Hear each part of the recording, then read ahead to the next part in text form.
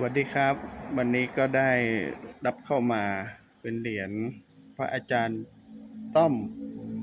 ประภัสโลนะครับเป็นเหรียญเนื้อเงินบริสุทธิ์ 99.99% นะครับเป็นเหรียญอะไรมาชมกัน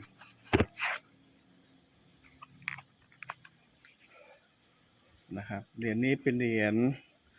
มนต์พการวัดท่าสะแบงนะครับของพระอาจารย์ต้อมประภัสโลนะครับวัดท่าสะแบงจังหวัด101นะครับรูปเหรียญเป็นด้านหน้าเป็นพระอาจารย์นะครับนั่งสมาธินะฮะ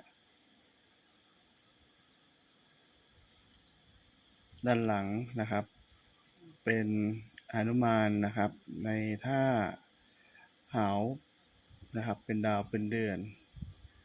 นะครับเรียกว่ามนต์ประการรุ่นแรกวัดท่าสะแบงของพระอาจารย์ต้อม